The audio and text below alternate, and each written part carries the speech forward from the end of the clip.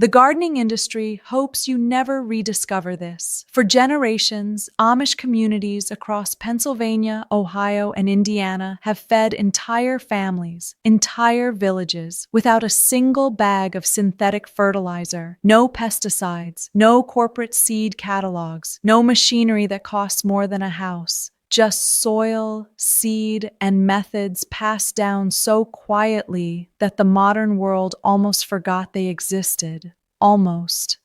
In 2019, the Pennsylvania Department of Environmental Protection cited several Lancaster County Amish farms for traditional soil practices that regulators called non-compliant. Practices their great-grandparents invented. Practices that work.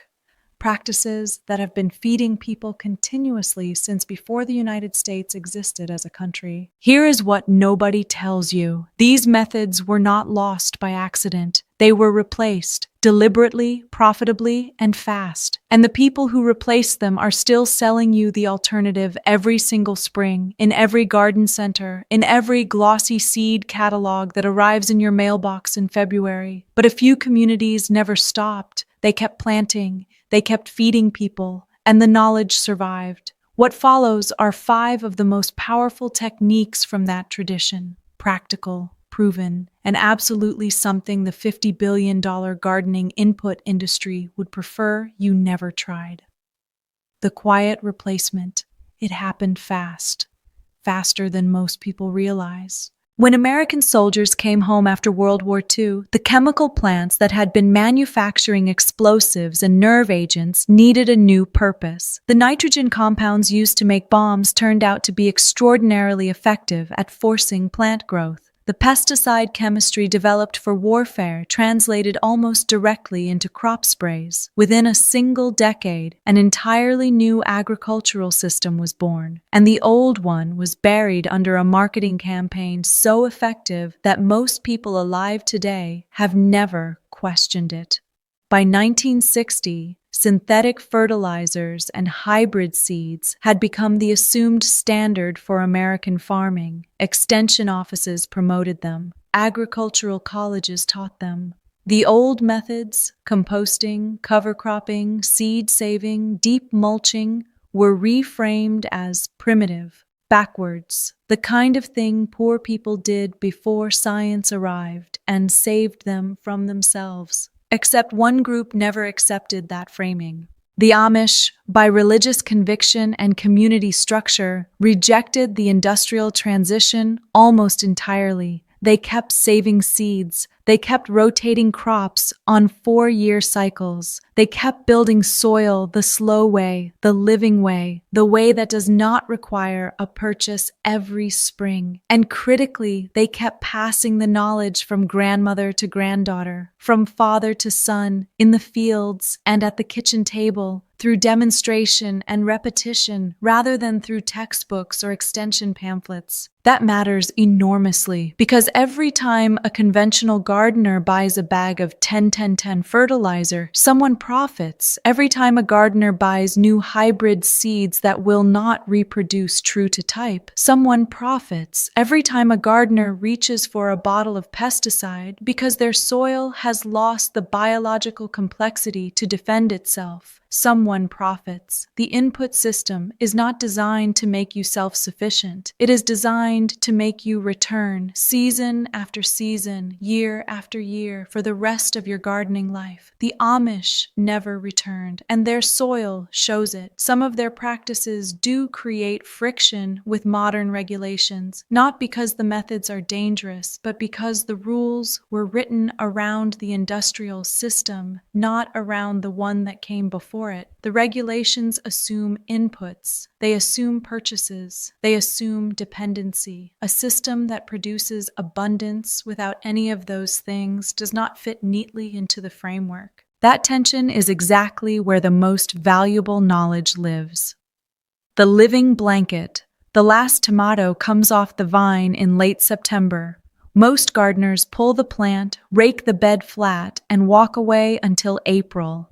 The ground sits bare through October, November, December. Rain hammers it, frost heaves it, wind strips the topsoil in thin, invisible layers you will never see and never get back. By spring, the bed looks the same, but it is not the same. Something has been lost. Something that took years to build has quietly disappeared while the garden sat empty and forgotten. The Amish do not walk away. Within 2 or 3 days of pulling the final crop, the bed gets seeded, not with vegetables, with cover crops, winter rye, red clover, hairy vetch, crimson clover. The specific mix depends on the region, the soil type, and what the bed grew that season. But the principle is constant and non-negotiable. The ground is never left naked, not for a week, not for a day longer than necessary. This is the first trick, and it is the one that makes every other trick possible. Here is what happens underground when you seed winter rye into a freshly cleared bed in late September. The roots push down fast, sometimes reaching 6 feet deep by late November. They thread through the soil structure and hold it together like rebar in concrete.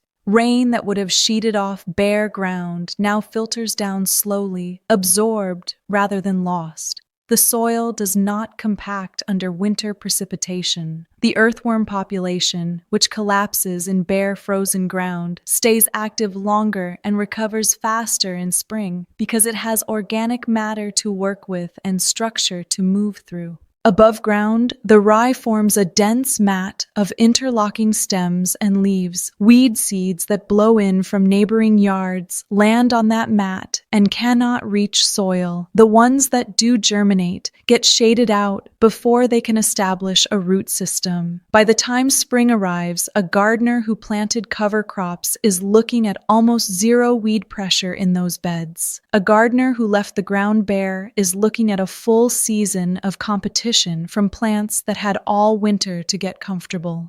But the nitrogen story is where it gets truly remarkable. Legume cover crops, red clover, crimson clover, hairy vetch, form a symbiotic partnership with specific soil bacteria called rhizobia. The bacteria colonize the plant's roots and pull nitrogen directly from the atmosphere, converting it into a form that plants can use. A single season of red clover can fix between 80 and 200 pounds of nitrogen per acre into the soil. For a home garden bed, that translates to a meaningful, measurable fertility boost at zero cost, with 0 bags and 0 trips to the garden center. The Amish have a phrase for this. They say they are letting the land breathe and eat at the same time. The cover crop feeds the soil while the soil rests from production. It is not a pause in the fertility cycle. It is an active phase of it. The land is working even when it looks like it is sleeping. In spring, the timing of termination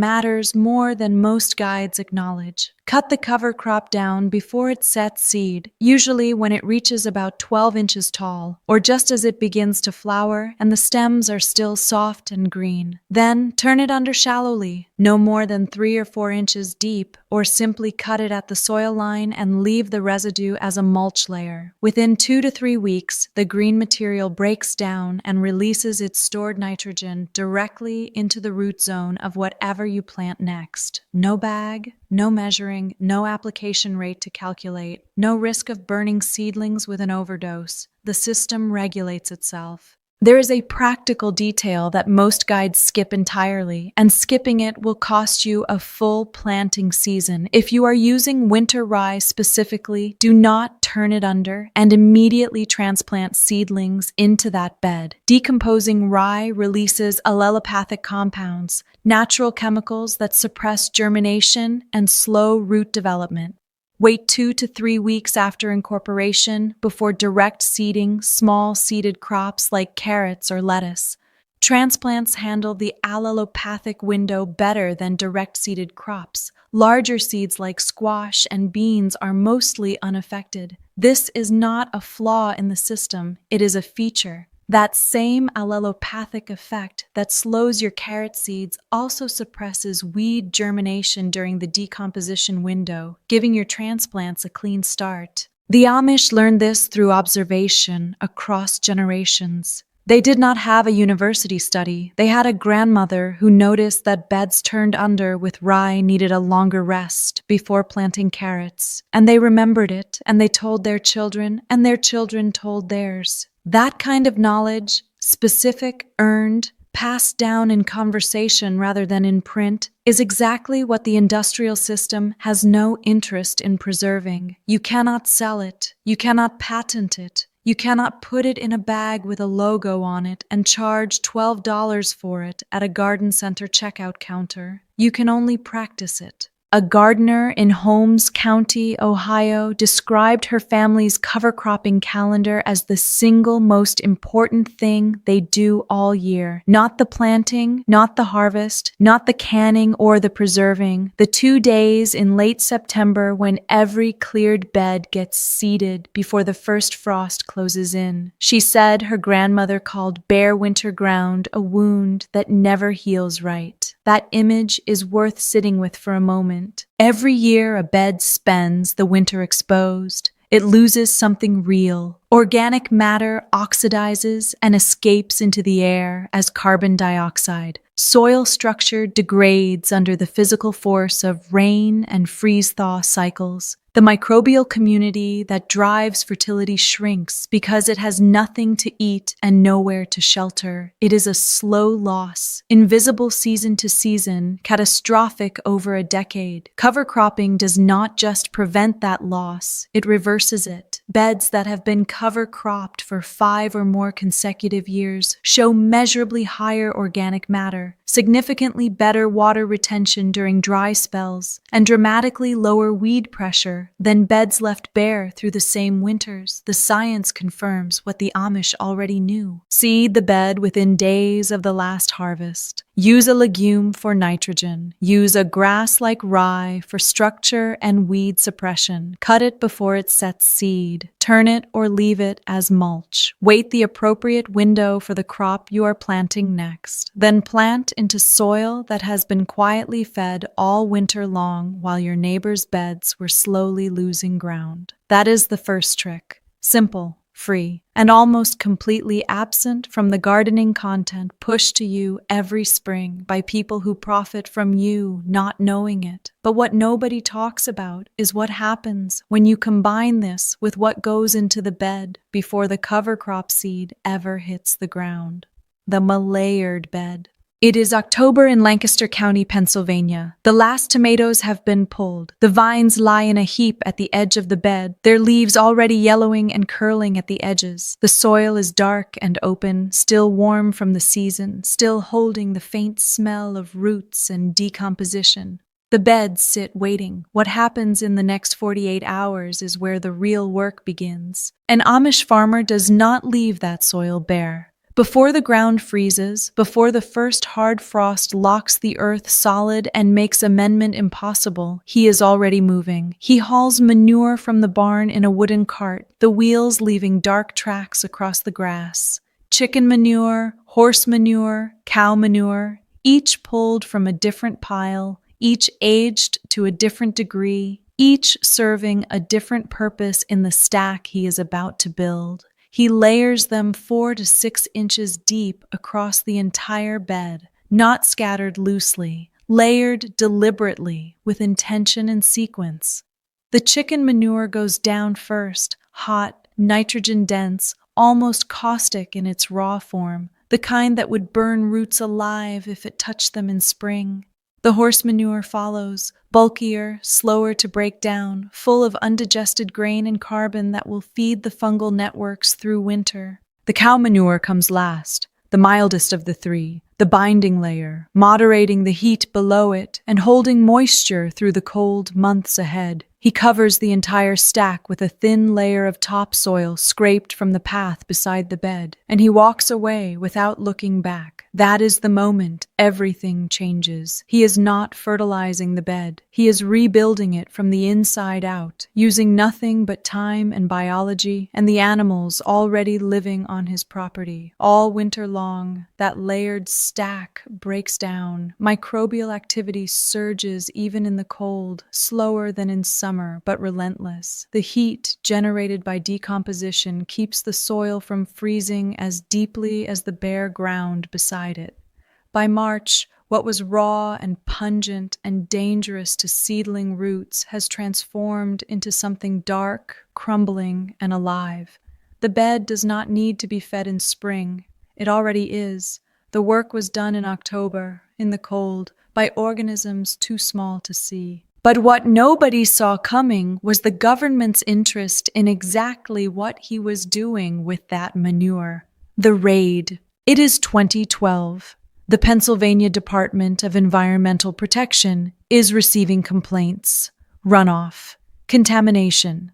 The word manure is appearing in official reports alongside words like violation and citation and enforcement action. Amish operations across 3 counties are flagged for review. Inspectors arrive in plain vehicles on dirt roads that were not built for them, their tires leaving ruts in the soft shoulders. They carry clipboards and water sample kits and cameras. They are looking for evidence that raw manure is reaching waterways. Some of it is, not from negligence, from scale.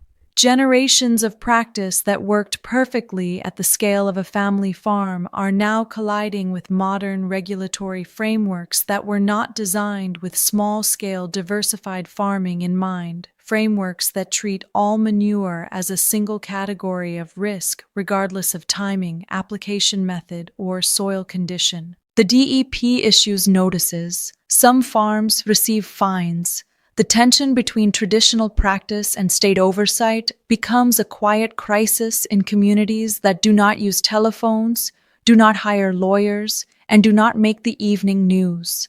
The knowledge does not disappear, but it goes quieter. It moves further from the road. It becomes something you learn from a neighbor standing in a field, not from a pamphlet handed out at a county fair. Here is what the inspectors never fully understood. The Amish were not mismanaging manure. They were timing it. Fresh manure applied in fall, 4 to 5 months before planting, is not the same substance as fresh manure applied in spring. The difference is not minor. It is everything. Fresh manure applied too close to planting burns roots with excess ammonia. It can introduce pathogens that survive in warm, moist soil. It creates a nitrogen spike that forces lush, weak growth vulnerable to every pest in the garden. But fresh manure applied in October, layered beneath topsoil, given an entire winter of cold weather decomposition, that is aged manure by the time a seed goes in the ground. The pathogens are gone. The ammonia has converted. The nitrogen is stable and slow releasing. The timing is the technology. The season is the tool. That distinction is the turning point. It separates a practice that damages soil from one that restores it. And it is a distinction the regulatory framework written around industrial operations that apply manure in spring by the tanker load was never designed to recognize. The regulatory friction forced some farms to document what they were doing in ways they never had before. And in documenting it, they accidentally preserved it in a form that could survive outside the community. Field notes, soil tests, yield records going back decades. Beds managed this way for 30, 40, 50 consecutive years were producing abundantly, not declining, not depleted, not dependent on outside inputs. 3 to 5 years of strong production from a single properly layered bed with nothing added but time and the animals already on the property. But what nobody saw coming was how the very system designed to shut this practice down would become the reason it survived long enough to be studied. The sequence. It is a Tuesday morning in early April, somewhere in Holmes County, Ohio. A woman in a dark dress and white cap stands at the edge of a garden that has been in her family for 4 generations. The soil in the beds is dark and loose, already warming in the thin spring light. She is holding a hand-drawn map on a piece of folded paper worn soft at the creases from years of handling. Not a map of the land, a map of time. Each bed is labeled not by what grows in it now, but by what grew in it last year, and the year before, and the year before that. She knows exactly where the tomatoes go this season. She knows exactly why they cannot return to that same bed for 3 more years. She learned it the way she learned everything else in this garden, by standing beside someone who already knew. This is the 4-year rotation, and it is one of the most quietly devastating pieces of agricultural knowledge that modern gardening culture has almost entirely abandoned in favor of buying products that treat the symptoms of not using it. Year 1 is the heavy feeders: tomatoes, peppers, squash, corn. These crops are hungry in a way that is almost aggressive. They pull nitrogen, phosphorus, and potassium from the soil at a rate that would exhaust most beds within a single season if the soil had not been prepared properly. But they are planted into beds that have been layered and composted and rested and cover cropped. They take what they need. They produce abundantly. And when they are done, the bed is leaner, but not depleted. Year 2 is the leafy greens: lettuce, spinach, cabbage, kale. These crops have lighter demands. They do not strip the soil the way tomatoes do. They work with what remains after the heavy feeders have taken their share. They are fast-growing, shallow-rooted, and forgiving of imperfect conditions. They hold the bed in production without pushing it past its limits. The soil begins to stabilize and recover. Year 3 is the legumes: beans, peas, clover, interplanted between rows. This is where the system turns itself around. Legumes do not just take from the soil. They give back in a form that the next round of heavy feeders will depend on entirely. Nitrogen-fixing bacteria colonize their root nodules and convert atmospheric nitrogen into a form the soil can use. A single season of beans can restore a significant portion of what 2 years of heavy feeding removed. The bed is not just recovering, it is being actively recharged by organisms working for free. Year 4 is rest, cover crop, or bare fallow under deep mulch. The soil is left alone. Fungal networks disrupted by tillage and root competition rebuild their connections. Earthworm populations surge because there is no disturbance and plenty of organic matter. Microbial diversity reaches its seasonal peak. By the time year 1 comes back around, the bed is ready again, not just adequate, ready in the way that only rest can produce. That map in her hands is not a record of the past. It is a blueprint for the next decade. The chemical industry built an entire market around the problems this rotation prevents: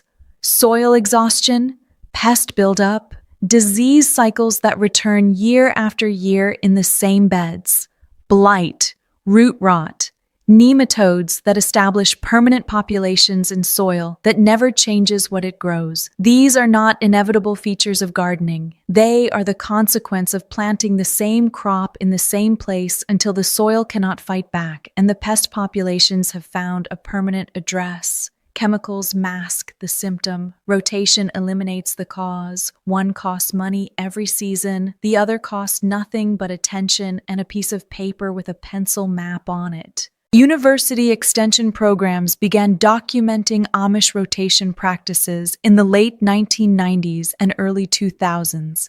Researchers from Penn State and Ohio State visited farms in Lancaster and Holmes counties and spent multiple growing seasons measuring what they found. What they found was not primitive, it was precise. Yields on rotated non-chemical beds were within 10 to 15% of chemically managed monoculture plots, and in drought years, the rotated beds outperformed them. The soil held moisture longer. The plants showed measurably less stress during dry periods. The pest pressure was lower in ways that could not be explained by any single factor, but only by the cumulative effect of a system working as a whole. The researchers published their findings. The papers exist in university libraries and online databases. They are not hidden or suppressed, but they did not become curriculum. They did not become the advice handed out at garden centers in April alongside the bags of fertilizer. They became footnotes in journals that most gardeners will never read. Here is what those footnotes contain. A 4-year rotation does not just feed the soil, it breaks cycles that chemicals can only suppress temporarily.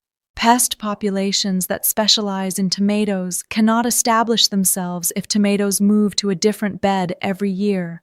Fungal diseases that overwinter in the soil cannot find their host if the host is never in the same place twice. The rotation is a moving target, and a moving target cannot be tracked by an organism that cannot think. That is the reckoning. The system works not because it adds something to the soil. It works because it denies something to everything trying to exploit the soil. It denies pests a permanent address. It denies disease a predictable host. It denies exhaustion a foothold in a bed that is never asked to do the same thing twice in a row. The woman with the map does not think of it in those terms. She thinks of it the way her grandmother taught her, standing in this same garden, in this same April light. You do not take from the same place twice without giving back. You do not ask the land for more than it can offer in a single season. You move, you wait, you return when the land is ready and not a week before. But what nobody saw coming was how the simplest part of the system, the waiting, would turn out to be the hardest thing for modern gardeners to accept. In a culture built around instant results and next-day delivery, the idea that the most powerful thing you can do for your garden is nothing for an entire year in an entire bed feels almost offensive. The soil remembers everything you did to it. Dress your soil in layers. It never forgets.